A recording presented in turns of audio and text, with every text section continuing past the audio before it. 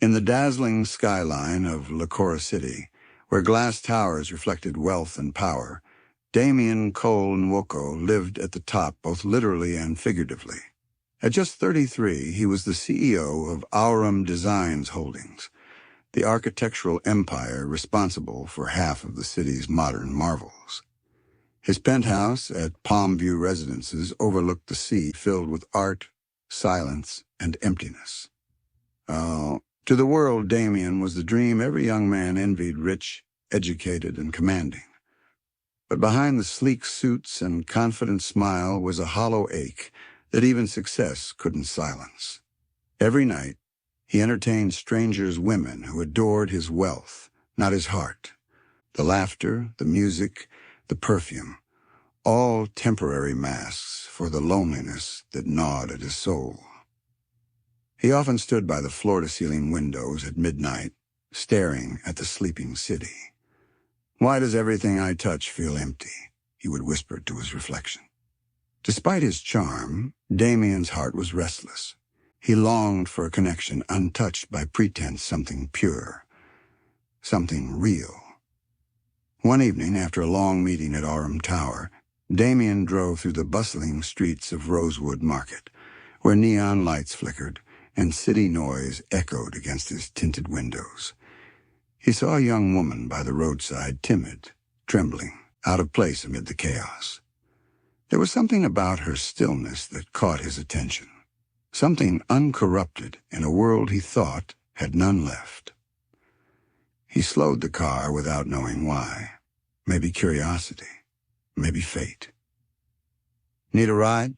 he asked through the window. The young woman hesitated, her voice barely a whisper. "How much for the night?" Her words stunned him, and for a reason he couldn't explain, his heart tightened. But habit overpowered conscience, and he nodded. "Get in." As she stepped into the car, Damien didn't know that this night, what began as another forgettable indulgence, would shatter his world and awaken the man he was always meant to be. Because sometimes, redemption doesn't arrive with thunder or prophecy. It begins with a mistake, a single act that exposes the depth of our own emptiness and forces us to listen to the silence within. That night, Damien Cole Nwoko met Olivia Nkem Okori, and nothing in Licora City would ever be the same again. Far from the glowing skyline of Licora City, the small, sun-worn village of Nkuba breathed a slower rhythm. The dusty roads, lined with faded houses and mango trees, echoed with laughter and struggle, the kind born from resilience. Here lived the Okori sisters, 3 women bound by blood, love, and hardship. Chiamaka, the eldest at 26, was ambitious and sharp-tongued, working as a clerk at Licora City Bank. She often said, "One day I'll leave this village and never look back." Her pride shielded her from shame, but it also blinded her to compassion. Sophie, her twin, was fragile and kind-hearted, her health like the flicker of a candle in the wind. Despite her weakness, she smiled more than anyone else. "God will provide," she would whisper whenever the days grew heavy. And then there was Olivia, the youngest, only 24, quiet, soft-spoken, with a heart too pure for the world around her. She was the glue that held the household together, the one who believed that even pain could be endured if it came from love. Their parents had died years ago, leaving them with debts and fading memories. The sisters survived on Chiamaka's small salary and Olivia's odd jobs at the local market. But one humid afternoon, everything changed. Sophie collapsed. They rushed her to Hillcrest Memorial Hospital, where the sterile smell of antiseptic carried despair. The doctor, his expression heavy, told them she had a serious heart condition that needed urgent surgery, a procedure costing more than they could dream of. Chiamaka's face hardened. "I can't risk my job by asking for a loan," she said coldly. "You don't understand how banks work." Olivia's voice trembled. "She'll die if we don't do something." But her sister turned away. "Then pray," she said, gathering her bag and walking out. That night, Olivia sat beside Sophie's hospital bed, watching her chest rise and fall weakly. The beeping of the monitor matched the pounding of her heart. She held Sophie's hand and whispered, "I'll save you, even if it costs me everything." When dawn came, Olivia stood before a small wooden mirror in their room. She opened Chimaka's wardrobe and pulled out one of her old revealing dresses, one she had once worn to impress her boss. The fabric felt foreign against her skin. Her reflection stared back, both ashamed and determined. "Forgive me, Lord," she whispered. "I'll do it just this once." As the sun dipped behind the hills that evening, Olivia walked toward the city highway that led to Licora, her innocence clashing with the neon lights ahead. She didn't know it yet, but the choice she made that night would not only change her sister's fate, it would rewrite her own. Because sometimes the road to redemption begins not with virtue, but with desperation. The road to Licora glowed with restless energy, headlights flashing, voices shouting, the hum of nightlife rising like a storm. Olivia stood by the roadside, clutching her small handbag, her heart pounding so hard she thought it might betray her resolve. The city air smelled of exhaust, perfume, and sin, a world foreign to her soul. She had never imagined herself here, wearing her sister's short red dress, the one that revealed more than it hid. But desperation had silenced shame. Each time a car slowed, she trembled, praying it would pass, until one didn't. A sleek black Mercedes-Benz stopped beside her. The tinted window lowered, revealing Damien Cole Nwoko, his face half lit by the city lights.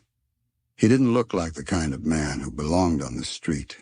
His eyes were calm, almost gentle, yet they held the confidence of someone used to getting what he wanted. "How much for the night?" he asked quietly, his voice steady. Olivia's lips trembled. 50,000. The words burned her tongue. He nodded once. "Get in."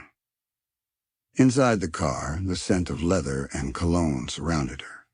Damien glanced at her briefly, noticing her trembling hands and tearful eyes.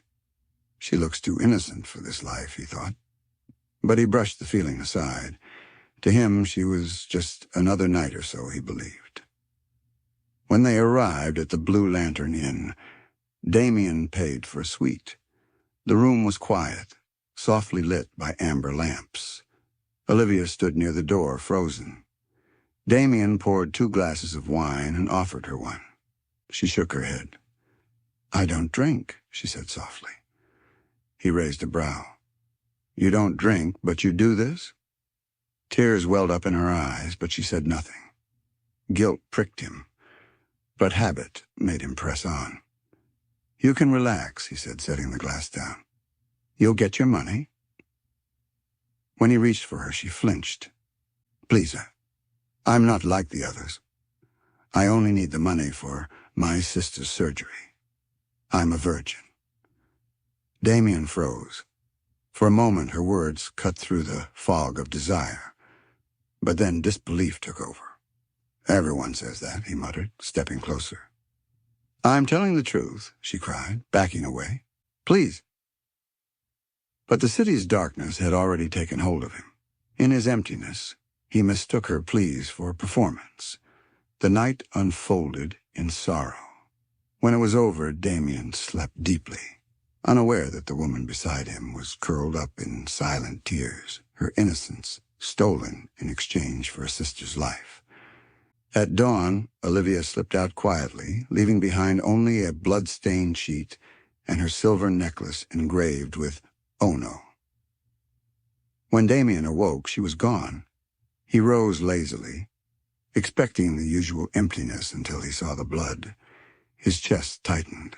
His hands shook. Oh, God, she was telling the truth. He sat on the edge of the bed, staring at the necklace glinting on the floor. For the first time in years, Damien Cole Nwoko, the man who ruled Licora's skyline, felt small. He had broken something pure, something that money could never replace. And though he didn't know it yet, that single night at the Blue Lantern Inn would haunt him more deeply than any failure, any scandal, or any loss to come. Because the man who thought he could buy peace had just purchased his own torment. The morning after that night felt like a slow descent into hell. Damien sat at the edge of the bed inside Blue Lantern Inn, staring at the crimson stains on the sheets, stains that screamed louder than any accusation. The room was silent except for the faint hum of the air conditioner and the echo of his own shallow breathing. The silver necklace glimmered faintly on the floor beside the bed. He picked it up with trembling hands, tracing the tiny engraved letters O&O. He didn't know what they meant, but something about them pierced through him. It wasn't just jewelry, it was a mark of innocence, a token of identity, and he had taken it from her. Damien buried his face in his hands. For years he had treated intimacy like a transaction, clean, controlled, detached. But now, for the first time, it felt like a sin. She told me the truth. She begged me to stop. The memory of her trembling voice replayed in his mind like a broken song. He left the hotel before sunrise, driving aimlessly through Licora City, past glittering malls, luxury towers, and the neon shadows of his own guilt. The city that once felt like his kingdom now felt like a prison. Across town, Olivia Nkem Okori walked home from the hospital, her body aching, her spirit fractured. She had left before he woke, carrying shame heavier than her small handbag. Every step felt like she was walking through fire. When she arrived home, Sophie was still lying pale in her hospital bed, fighting for life. Olivia handed the money to Chimaka, who didn't even ask where it came from. "Good," Chimaka said flatly. "I'll settle the bills." Olivia nodded silently, her eyes hollow. She could barely stand. When she went to bathe, she saw her reflection in the cracked mirror, the girl who once believed love could heal anything. The reflection stared back like a stranger. From outside, Chimaka called carelessly, "Don't act like a saint. You'll get used to it if you keep doing that kind of work." Her words stabbed Olivia's heart. "I'll never do it again," she whispered through tears. "Never." She slid down the bathroom wall, clutching herself tightly as the water ran over her trembling body. The night had stolen more than her purity. It had stolen her belief in goodness, in fairness, in herself. Meanwhile, Damien couldn't rest. For the first time in his life, he didn't go to work. He roamed the city, driving past the same streets where he had found her, hoping she would appear again. He showed her description to street girls, waiters, and vendors, but no one knew her. Each passing day turned his guilt into obsession. The necklace never left his pocket. It was as if it whispered her name every time he touched it. 2 weeks later, he stood again by the same roadside, staring at the faces of strangers passing by.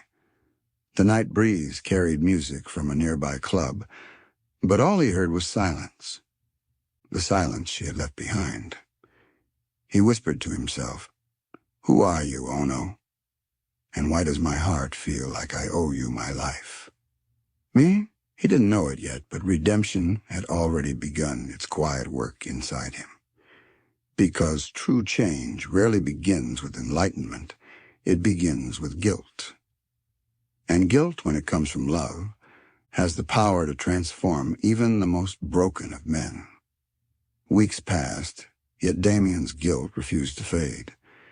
His nights were haunted by a pair of tearful eyes and a trembling voice that whispered, "I'm not a prostitute. I just need money for my sister." The necklace never left his hand. It had become his silent confession, his punishment, his prayer.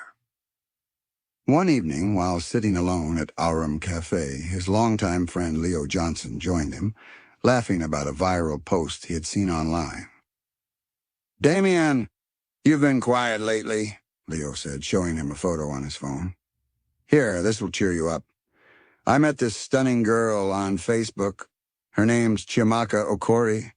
She even looks like the kind of girl you'd fall for." Damien glanced at the screen and froze. The same face, the same eyes. His heart raced. "Send me her contact," he said sharply. "Now." Leo grinned, confused. "You serious?" "Please," Damien muttered, gripping the necklace in his pocket. "I need to make things right." That night, Damien stared at the phone for hours before finally calling. On the other side of the city, Chiamaka, dressed elegantly in her small apartment, frowned at the unknown number. "Hello?" "Hi." Damien's voice was low, almost trembling. It's me, the man from that night. I've been searching for you. I took something I can't replace. I just want to return your necklace." Chiamaka's eyes widened. "Necklace? Virginity?"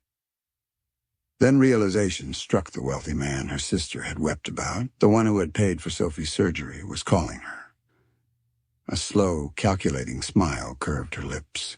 "Yes," she said softly, pretending to sound emotional. "That night, I was desperate. I don't even know what to say." Her voice quivered perfectly, a performance worthy of an award. "Please, can we meet?" Damien asked. "Just once. I need to apologize." "Tomorrow," she replied quickly. "At Licora City Mall." The next day, Damien arrived in a crisp gray suit, holding the small velvet pouch containing the necklace. When Chiamaka appeared, her makeup was flawless, her dress elegant, yet modest. For a moment, Damien's breath caught. She looked even more composed than he remembered. "Here," he said quietly, handing her the pouch. "You left this." Chiamaka took it with practiced grace. "Thank you," she said, forcing a tear. "That night, I thought you'd never remember me." "I can't forget," Damien murmured. "You were different." She lowered her gaze. "My aunt is threatening to send me out if I don't bring money home. I don't want to go back to that life." Her words struck the exact chord of guilt she wanted. Damien reached into his briefcase and handed her a check in $5 million. "Start something," he said sincerely. "A business, a home, anything. You deserve a new beginning." Chiamaka's pulse raced. She forced her voice to tremble. "Thank you, Damien. You've given me more than money. You've given me hope." They parted with a handshake that night, one of genuine guilt on his part and calculated triumph on hers. Back at Palmview Residences, Damien felt a strange emptiness. He had finally found her, or so he thought, yet the peace he expected never came. Her smile felt different. Her touch, colder. But he told himself it was trauma and that time would heal her. Meanwhile, at Nkuba Village, Olivia returned home from the hospital, unaware of the deception that now defined her sister's new life. Sophie, recovering slowly, asked, "Where's Chiamaka?" Olivia smiled faintly. "She said she found a better job in Licora." Sophie nodded weakly. "Then maybe things are finally turning around." Olivia looked out the window, the evening breeze touching her face. She didn't know that her sister's lie had just stolen her redemption, and that the man who had hurt her was now unknowingly building a life with her name. Because deceit doesn't always wear darkness sometimes. It wears the face of family. Months rolled by like shadows passing over a wounded heart. Chiamaka Okori was now living her best life dressed in silk, driving a new car and running her freshly opened Marina Jewel House, a boutique in Licora's elite shopping district. To the world, she was an independent young entrepreneur, but underneath her glamour was a lie one built on her sister's pain and a stolen name. Meanwhile, at Palmview Residences, Damien Cole Nwoko tried to believe he had done the right thing. He sent occasional texts and support to Chiamaka, thinking she was the same innocent girl he had wronged. Yet every time she spoke, something in her tone felt off-cold, detached, manipulative. The quiet, trembling girl from that night had vanished. He couldn't explain it, but his soul still felt restless. The guilt, though quieter, was not gone. It lingered like perfume on the edges of his conscience. Across the city, Olivia and Kim Okori faced her own storms. After Sophie's recovery, Chimaka had disappeared without a trace, leaving only a note. "I've found my own path. Take care of yourselves." The sisters' tiny rented room in Rosewood Street Market fell silent. With the hospital bills draining what little they had, Olivia found herself walking through Licora in search of work. She didn't care what kind anything honest would do. Fate, however, had its own strange timing. While passing the glass doors of Aurum Designs Holdings, she noticed a small sign pinned to the reception desk. "Vacancy office cleaner needed. Immediate employment." Her heart leapt. She stepped inside, nervous but hopeful. The receptionist, a kind woman named Miss Ada, handed her a simple form. "You can start tomorrow," she said warmly. Olivia smiled faintly. "Thank you, Ma." The next morning she arrived early, wearing a plain uniform, hair tied neatly, heart full of quiet gratitude. As she mopped the glossy floors and dusted the executive tables, she marveled at the space. Glass walls, marble staircases, and photos of Damien Cole Nwoko, the CEO. She paused for a moment, staring at his framed portrait on the wall. What kind of man lives like this, she wondered, unaware that she had met him before and that his name still haunted her past. Later that afternoon, she was instructed to clean the top floor Damien's office. As she entered, she could smell the faint scent of his cologne on the air. The office was breathtaking, full of design models, sketches, and awards. Nervous, she hurried to dust his desk. A gust of wind from the air conditioner scattered the papers across the floor. She dropped to her knees to gather them just as the door opened. "Excuse me," a deep voice said from behind her. Startled, Olivia turned and froze. There he was, Damien Cole Nwoko. For a moment, time seemed to stop. His eyes widened as he looked at her, really looked at her. The face, the voice, the trembling hands, it was her. The girl from that night. The one who had haunted his dreams. "You," he whispered. Olivia's lips parted, her breath shallow. "Sir, I'm sorry. I didn't mean to."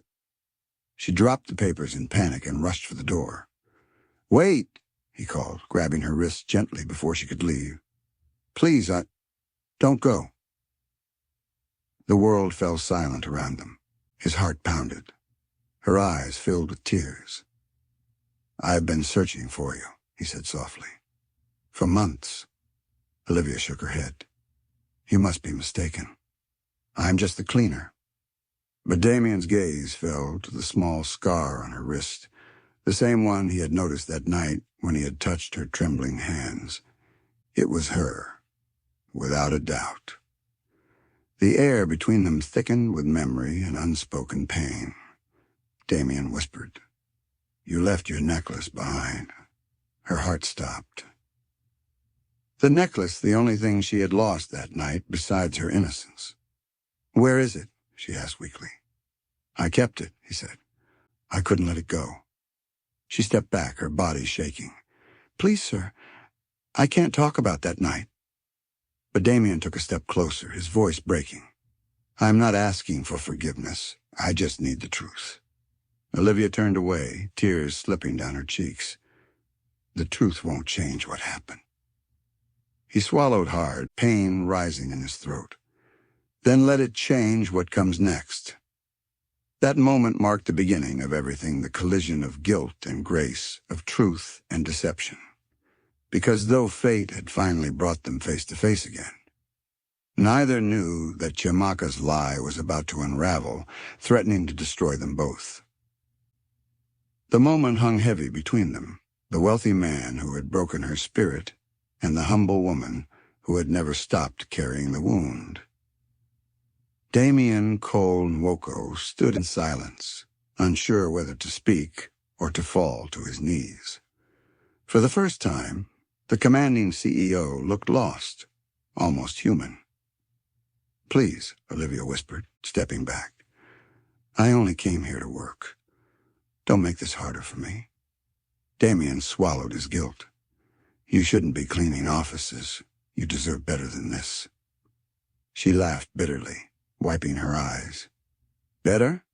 I lost everything that made me worthy of better, remember?" Her words pierced him like a blade. The ache in his chest grew heavier. "I didn't know," he said softly. "You told me, but I didn't believe you. I was blind." "Blind?"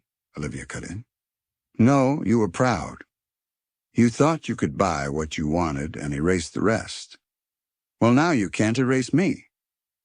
Her voice trembled, but her spirit burned with quiet strength. Damien stepped closer, lowering his tone. "You're right. I can't erase you. I've tried every single day. But I can make it right." "By doing what? Paying me again?" she snapped. He shook his head. "No. By giving you back your dignity." That evening, as the office emptied, Damien asked her to stay.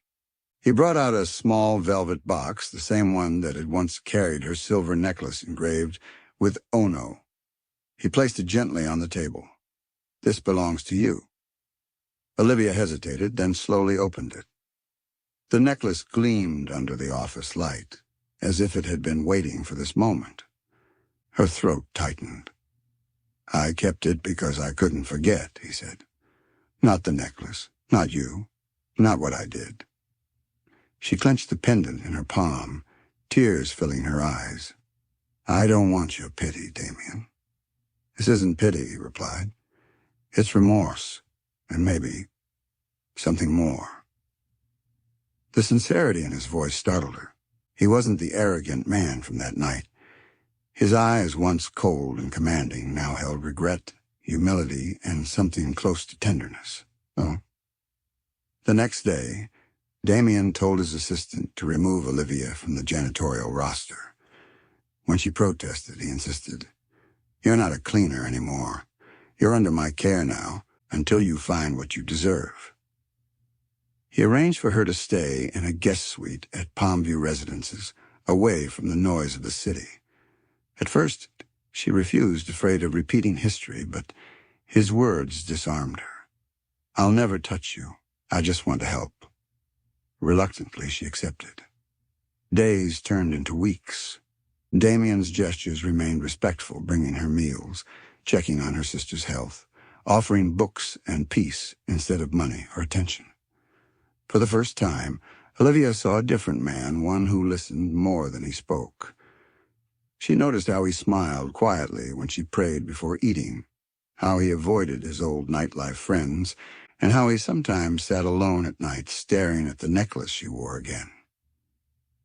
One evening, under the soft glow of the lamp in his living room, Olivia asked, "Why are you really doing this?" Damien looked up from his sketches. "Because you changed me. That night broke me, Olivia, but your forgiveness might save me." Her heart stirred at the honesty in his tone. For the first time, she didn't see a billionaire. She saw a man trying to be whole. Yet even as healing began, shadows gathered on the horizon. Because while Damien and Olivia were rebuilding something fragile and real, Chamaka, the sister who had built her new empire on lies, was about to return, bringing with her the storm that would test the very meaning of redemption. The air in Licora City shifted like a gathering storm. Peace, that fragile, precious peace, was something Damien Cole Nwoko had finally begun to feel again. Olivia's presence in his home had softened him, turned his mansion from a museum of loneliness into a place that felt alive. She moved quietly through the Palmview residence, tending to simple chores despite his protests, praying in the mornings and laughing softly in the evening when he shared stories about his work. It was innocence slowly reclaiming its voice, the very thing Damien thought he had silenced forever. But peace never lives long when deceit hides behind the door. Across the city, Chiamaka Okori sat inside her glossy boutique, Marina Jewel House, scrolling through her phone. Business was booming. Her name was on the lips of Lacora's elite, yet she felt uneasy. Damien hadn't called in weeks. His texts had stopped. His silence gnawed at her pride. When she called, he didn't answer. When she visited his office, his assistant said he was busy. Suspicion turned into fury. "He wouldn't ignore me," she hissed. "Not after everything." Then one afternoon, she overheard two clients chatting at her shop about Damien's rumored live-in companion, a woman who looked simple, village-like, but stunning. Chiamaka froze. "No," she whispered. "He wouldn't dare." But something inside her already knew the truth. That evening, as the sun fell behind the skyline, a silver car screeched to a halt outside Palmview Residences. The guards tried to stop her, but Chiamaka stormed in. Olivia, sitting quietly on the balcony watering a plant, looked up in shock as her sister's voice sliced through the calm. "Olivia!" The watering can slipped from her hand. She turned slowly, disbelief flooding her face. "Chiamaka?" Chiamaka's eyes swept the elegant living room behind her, the silk curtains, the city view, and finally, Damien stepping out from his study. Her fury boiled over. "So it's true," she spat. "You're living here with her." Damien's jaw tightened. "You shouldn't be here, Chiamaka." "Don't you dare tell me that," she snapped. "You've been avoiding me for weeks, after everything I've done for you, after how we—" Olivia blinked in confusion. "You know him?" she asked, voice trembling. Chiamaka turned, her words dripping with venom. "Know him? He was mine, until you took him." Olivia stepped back, bewildered. "What are you talking about?" Damien's voice cut through the chaos, steady but cold. "Stop, Chiamaka. Stop lying." "Lying?" she sneered. "Tell her, Damien. Tell her who gave you the necklace. Tell her who you've been sending money to." Olivia's eyes widened as the truth dawned on her, the money, the boutique, the necklace she had lost that night. "You," she whispered, her voice breaking. "You pretended to be me?" Chiamaka's face twisted with defiance. "You think I'd stay poor while you get pity for being stupid? I did what I had to do. You should thank me your sister finally made it." Olivia's tears fell silently. "You sold my name, Chiamaka, and you built your life on my pain." The room fell silent, except for the faint hum of the city beyond the glass. Damien finally stepped forward, anger burning through his calm exterior. "You used me," he said. "I tried to fix what I broke, but you turned remorse into greed." Chiamaka's voice trembled with rage. "You're a fool, Damien. You think she's better than me because she cries and plays innocent? She's weak. I'm the one who survived." "Survival without conscience isn't strength," Damien replied quietly. For a moment, Chiamaka faltered. Her eyes darted between them, the man she wanted and the sister she had betrayed. Then, with bitterness in her tone, she hissed, "You'll regret this. Both of you." She turned and stormed out, slamming the door so hard the echoes lingered long after she was gone. Olivia sank into the sofa, shaking. "All this time, I thought she was gone to start over. I didn't know she was—" Damien knelt before her. "You don't have to explain. None of this is your fault." "But it feels like it is," she whispered.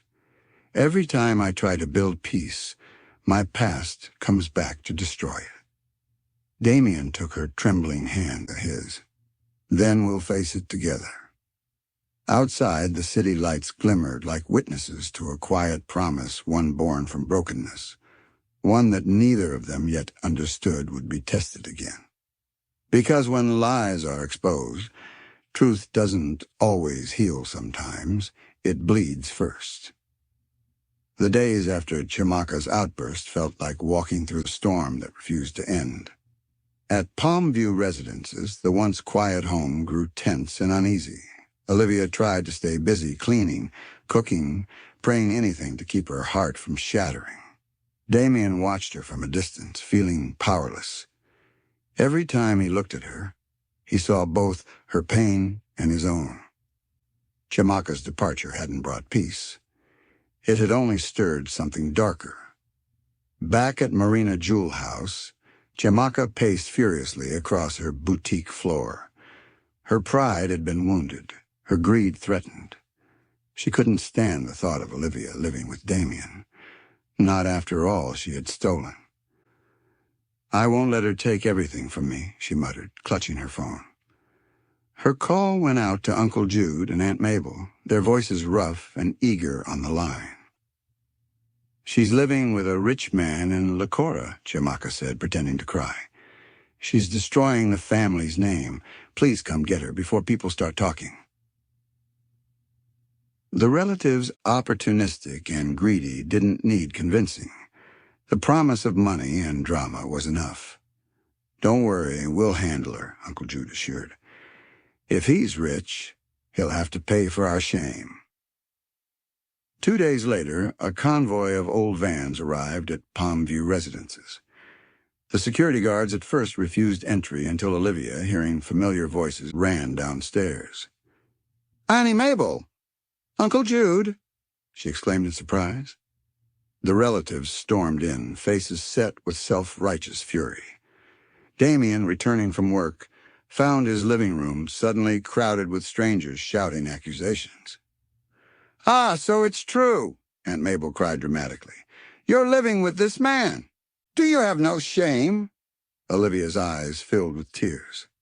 "Auntie, please. It's not what you think. "Silence," Uncle Jude barked. "You're bringing disgrace to your late parents' name. A woman without a husband has no business living in a man's house." Damien stepped forward, his calm authority cutting through the noise. "Enough," he said firmly. "You're in my home. Speak to her with respect." Uncle Jude sneered. "Who are you to tell us how to talk to our niece? Are you her husband?" The room fell silent. Olivia's heart raced. Damien looked at her, then at the crowd of accusing faces, and something inside him shifted. "Yes," he said quietly. "I intend to be." Gasps filled the room. Aunt Mabel froze mid-shout. Olivia turned sharply, eyes wide. "What?" Damien took a deep breath, stepping closer to her. "You've all come to take her away, but you can't. Olivia Nkem Okori is under my care, not as my servant, not as my burden, but as the woman I want to marry." Olivia's lips parted in disbelief. "Damien," he continued, his voice steady, his heart bare. "I hurt her once because I didn't value truth. I won't make that mistake again. If there's any way to restore what I broke, it's to build a future with her honestly, publicly, and forever." Aunt Mabel's eyes gleamed with sudden greed. "Mary? And now you're talking like a responsible man? But we must do things properly. You'll come to Nkuba village to collect the marriage list." Uncle Jude nodded in agreement. "Our family tradition must be honored." Chimaka, who had been standing by the door, hidden in the shadows, clenched her fists. This wasn't what she planned. She had wanted humiliation, not celebration. She stepped forward, voice trembling with rage. "This isn't love. It's guilt." Damien turned to her, eyes cold but calm. "Call it whatever you like. But guilt taught me truth, and truth brought me to her." Chimaka glared at Olivia, her voice dripping with poison. "You think this will last? You don't know him. He's hiding something." Olivia flinched. "What do you mean?" "You'll find out soon," Chimaka said, forcing a smirk as she stormed out.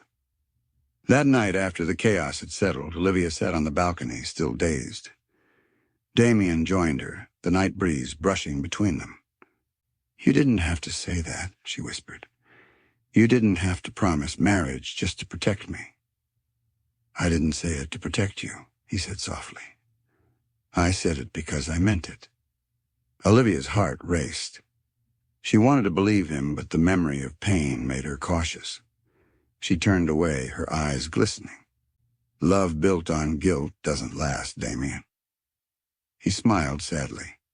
"Then let's build it on forgiveness instead." As the stars shimmered over Licora, Olivia said nothing, but deep inside, something fragile began to stir again. Hope. Neither of them knew that Chiamaka's final strike was already on its way, a lie so venomous it would tear that hope apart. The days after the confrontation felt strangely calm, too calm, like the eerie stillness before a storm. Damien and Olivia lived quietly, their bond deepening as they prepared for the traditional visit to Nkuba village. He had already informed barrister Chuka Odd to handle legal formalities, and Aunt Mabel was calling daily to remind him of the bride price list.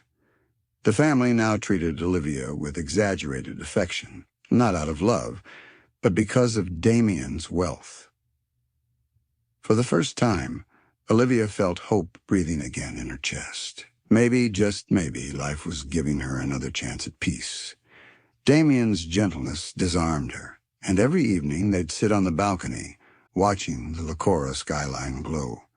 He would talk about architecture, about rebuilding old spaces into new dreams, and she realized that's exactly what he was doing with her heart.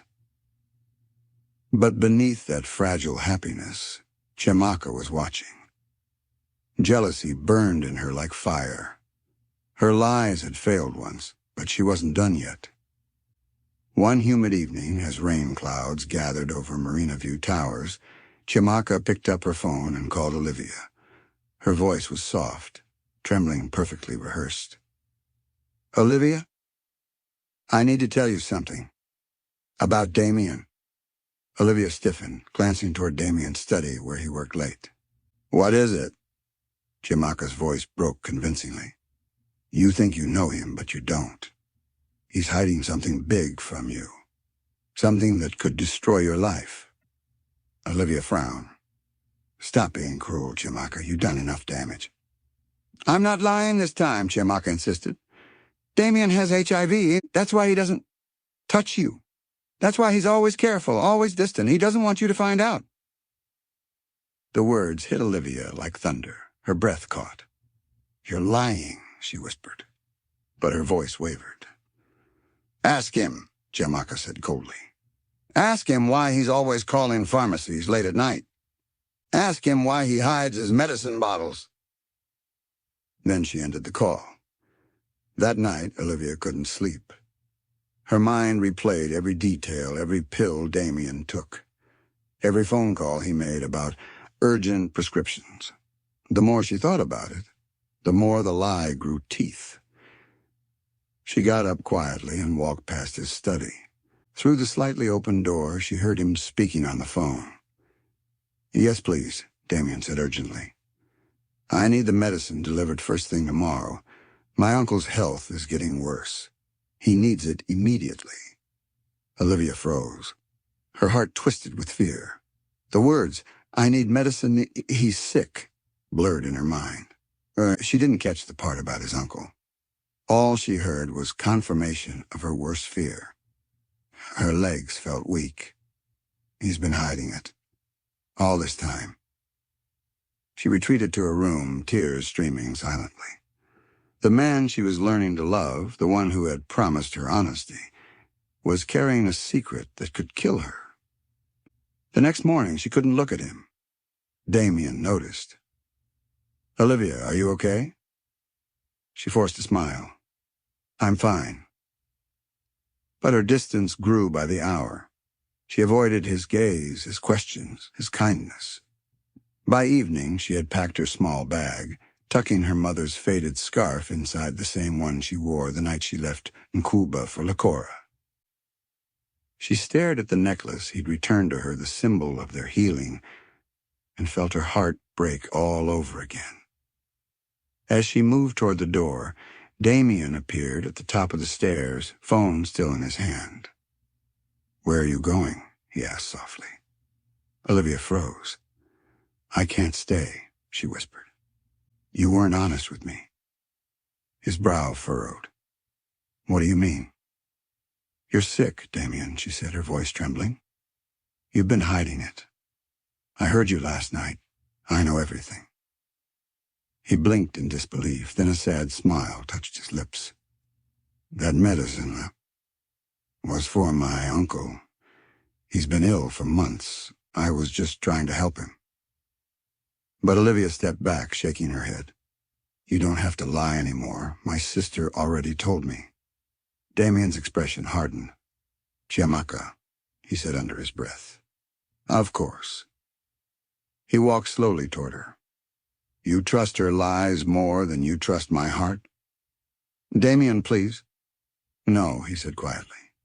"You can leave if you want. But remember this. I've never hidden anything from you except my guilt, and even that I confessed." His voice broke. "I thought love could redeem me, Olivia. But maybe love without trust isn't love at all." He stepped aside, his silence heavier than any shout. Olivia's tears fell freely as she walked past him, her bag clutched against her chest. The front door closed behind her with a soft click, a sound that echoed louder than thunder. Outside, the rain began to fall, the same kind of rain that had followed their first meeting at the roadside months ago. Only this time, it wasn't fate that brought them together. It was misunderstanding tearing them apart. And as Damien stood by the window, watching her disappear into the storm, he whispered to himself, "I broke her once by mistake. But this time, she's breaking me." The rain poured through the night like the heavens weeping for two wounded souls. Olivia Nkem Okori walked through the wet streets of Lakora City, her tears blending with the downpour. Her heart felt heavy, torn between fear and regret. She had run away from love again, and this time it wasn't guilt or shame that drove her. It was doubt.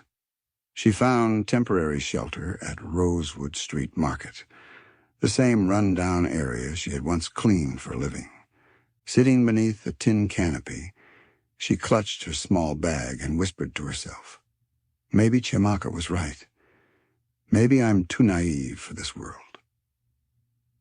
But something inside her ached the part of her that had begun to trust Damien. The rain beat harder as if trying to drown her thoughts, but one question refused to leave her. What if I was wrong? Meanwhile, at Palmview Residences, Damien sat in the dark. The house, once full of light and quiet laughter, now felt empty again. The echoes of Olivia's voice haunted him, her trembling accusation, her disbelief, her tears. He had lost her once through ignorance, and now again through misunderstanding. Barrister Chuka Aid arrived late that night, concerned after hearing from the guards. "Damien, I heard Olivia left. What happened?" Damien sighed deeply. "Her sister poisoned her mind. Told her I had HIV. She overheard me talking about medicine for my uncle and believed it." Chuka frowned. "So it was all a lie?" "Yes," Damien whispered. "And I let her walk away because I realized love can't be forced to stay. It must choose to believe." Chuka placed a firm hand on his shoulder. "Then let her see the truth, Damien. Don't let a lie undo what fate tried to heal." Damien nodded slowly. His silence turned to resolve. The next morning, Olivia returned to Nkuba village, hoping to find comfort in the quiet countryside. But when she arrived, she met her sister, Chiamaka, who was seated under a tree with a smug expression. "Well, well," Chiamaka said with a smirk. Look who came crawling back. Olivia glared at her through swollen eyes. Why did you lie to me? Lie? Chimaka laughed. Please. I just told you the truth you were too blinded by love to see. Olivia stepped closer, trembling. He didn't lie. I overheard his call. The medicine was for his uncle. Chimaka's smile faltered for a second. Then maybe he was lying to both of us. Olivia's patience snapped. Stop it. You've taken enough from me, my name, my peace, and now the man who truly loved me. Why, Chimaka? Why do you hate me so much? Chimaka's voice cracked under anger and envy. Because you've always had what I didn't. Goodness. People trust you, they pity you. I had to fight for everything, while you just get love handed to you. Olivia's eyes softened with pity. Love isn't handed to anyone. It's built with truth, something you never learned to value. Before Chimaka could respond, the sound of a car approaching silenced them both. Damien stepped out, rainwater dripping from his coat, determination in his eyes. Olivia, he called softly. She froze, her heart thundering. Why are you here? To finish what lies tried to destroy, he said. He reached into his pocket and pulled out a small folded paper, the hospital document and prescription slip bearing his uncle's name. He handed it to her. This is the medicine you overheard me order. It wasn't for me. It never was. Olivia took the paper, her hands shaking as she read. Her eyes widened with realization. Her throat tightened. You were telling the truth. Damien nodded quietly. I was. Always. He turned slightly toward Chimaka. And you? You used your sister's pain to feed your pride. I gave you money to make amends, not to build your empire of deceit. Chimaka tried to speak, but no words came. Her lips trembled as the truth cornered her like light breaking through a lie. Olivia looked at her sister one last time, tears glistening in her eyes. You wanted to win, Chimaka, but you can't win against love. Because love doesn't compete, it forgives. Chimaka's face crumbled. Without another word, she turned and walked away, her pride dissolving into silence. Damien turned back to Olivia. I don't want an apology, he said softly. I just want to start again this time, with truth between us. Olivia's tears fell freely as she reached for his hand. I doubted you when I should have believed you. But your honesty broke my fear. Damien, if this is what redemption looks like, then I want to walk it with you. He pulled her gently into his arms, and for the first time, neither of them felt haunted by the past. The rain slowed, the clouds parted, and the sun broke through warm and forgiving. There, in the heart of Nakuba village, beneath the trees where lies had once been planted, truth bloomed. Weeks later, Palmview Residences was alive again with laughter. Olivia, now Mrs. Cole Nwoko, wore her silver O&O necklace proudly, not as a reminder of pain, but as a symbol of grace. Chimaka left Licora quietly, stripped of her pride but not beyond redemption. Sophie recovered fully, her health restored and her heart lightened, knowing her sisters were free from bitterness. And Damien? The once broken man who sought peace in temporary pleasures now found it in the simplest of things, a shared meal, a prayer whispered beside the woman who had taught him forgiveness.